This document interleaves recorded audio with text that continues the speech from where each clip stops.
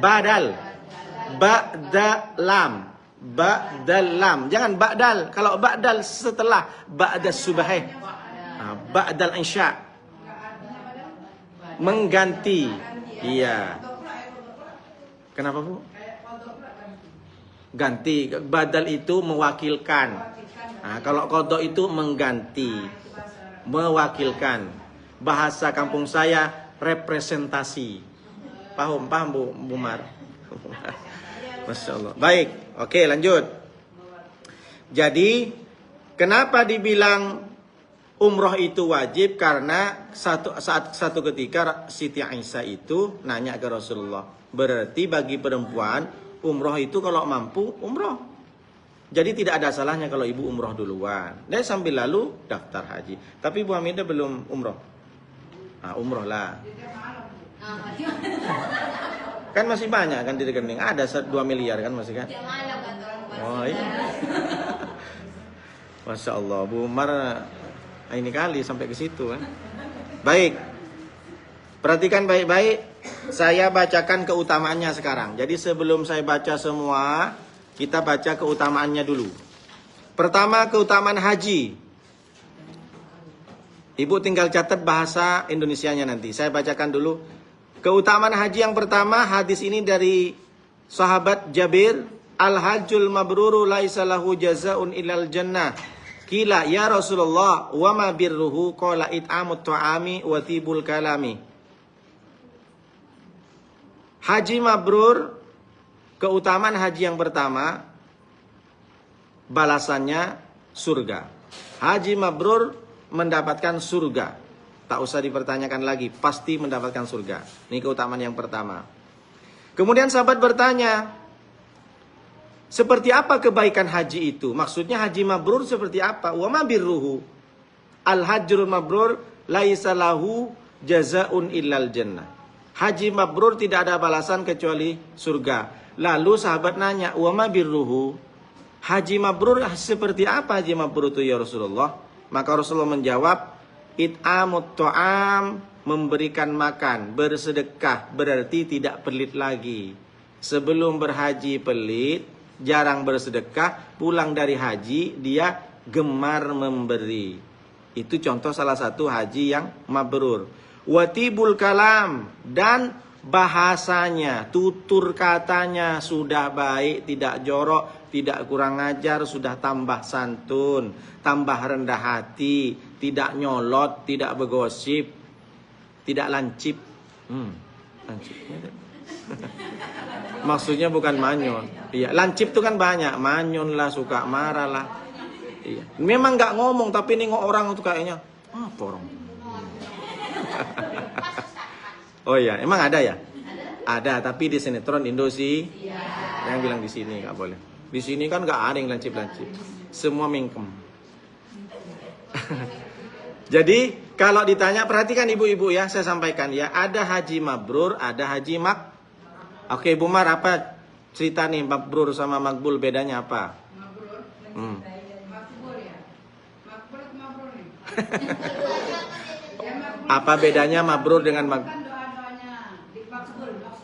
Kemarin di Permata udah saya jelaskan kan. Jadi kalau ceramah tak usah pakai tema lah saya kalau nggak dicatat. Baik, bagus. Makbul? Apa? Iya, diterima.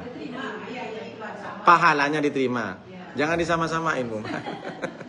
Jadi Bu, perhatikan baik-baik. Ada haji mabrur, ada haji makbul. Mabrur itu apa Pak Ustadz? Diambil kata birrun. Birrul walidain, berbuat baik kepada orang. Berarti kalau haji mabrur, hajinya bertambah kebaikannya. Pulang dari haji, pulang dari umroh, bertambah kebaikannya. Yang dulunya pelit jadi bersedekah. Yang dulunya sedekah 1000 jadi 1500. Naik sikit tak apa-apa. Yang dulunya, yang kedua, watibul kalam. Haji mabrur itu adalah mulutnya, lisannya sudah berubah. Yang dulunya suka nyolot, yang lancip, yang suka berghibah, yang suka bergosip, yang suka memfitnah, yang suka selepekan orang, sepelekan orang.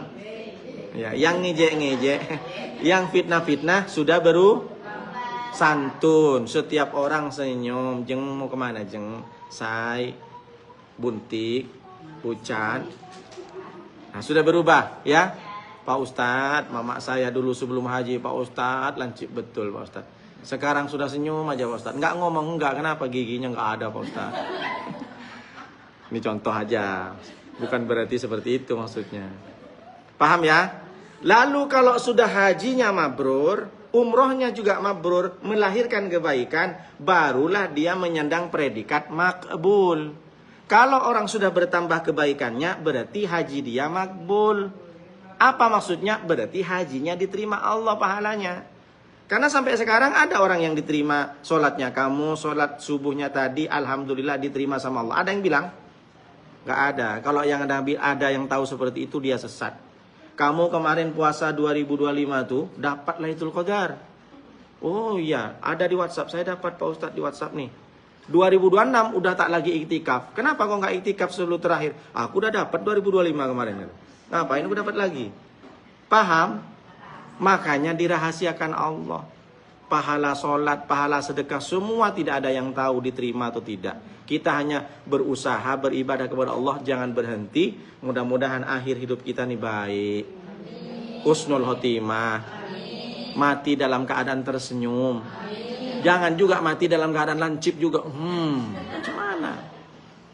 Makanya Bu, ketika ibu mohon maaf, saya nggak nuduh. Jangan suka jelekin orang. Pas ketika jelekin orang mati kayak mana? Iya lah, aku pokoknya kalau nengok muka dia Pak Ustadz, enak saya Pak Ustadz. Itu. Mati dia. Mati pas lagi ngomongin orang kayak mana? Su'ul khotimah. Makanya sering berkumpul, ngaji Quran, sholat. Jangan sampai ada waktu senggang. Kalau tak bisa ibadah, tak bisa berzikir, minimal diam. Diam. Falyakul khairan aw liyasmut. Kalau tak bisa berbicara baik, diam saja. Tapi kalau ditanya orang, jangan diam terus.